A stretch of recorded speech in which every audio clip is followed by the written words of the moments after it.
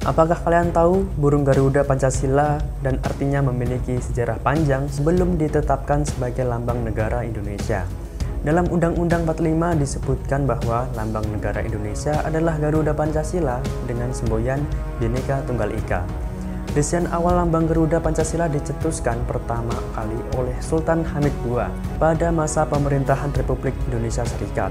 Tokoh-tokoh kemerdekaan lain seperti Muhammad Yamin dan Ki Hajar Dewantara ikut terlibat dalam perumusan lambang negara Indonesia. Akan tetapi, mengapa burung Garuda dijadikan lambang negara Indonesia?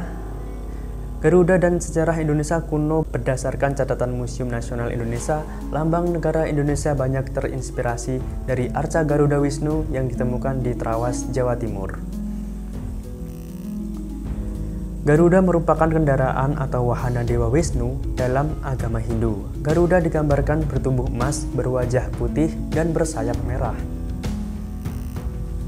Paruh dan sayap Garuda digambarkan mirip elang tetapi memiliki tubuh seperti manusia. Garuda berukuran besar hingga bisa menghalangi matahari. Kerajaan Hindu pada masa itu, Kerajaan Tarumanegara, diketahui memiliki raja bernama Purnawarman yang merupakan penganut Hindu aliran Wisnu. Hal tersebut menjadi bukti bahwa simbol Garuda sudah dikenal oleh Nusantara sejak masa itu. Dalam mitologi Hindu, Garuda memiliki kisah di mana ia berhasil membebaskan ibunya dari cengkraman perbudakan. Simbol Garuda kemudian menjadi simbol yang cukup populer.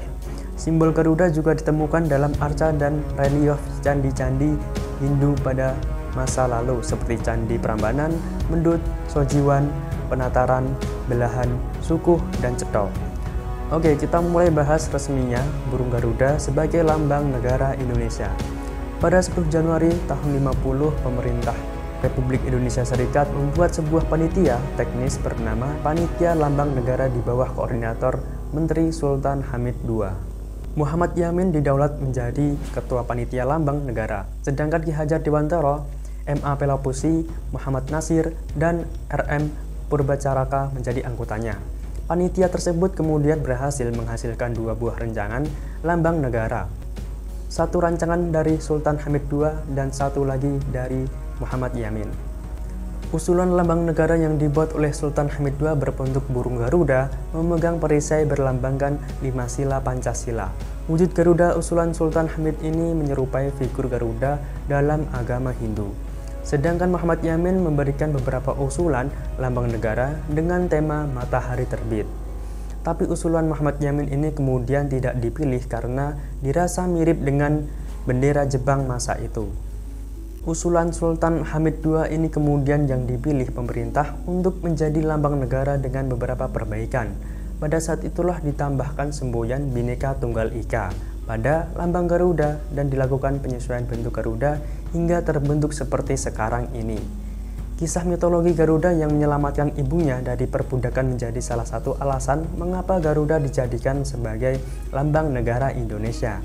Indonesia dirasa memiliki kesamaan nasib dengan Garuda untuk membebaskan rakyatnya dari penjajahan dan penindasan.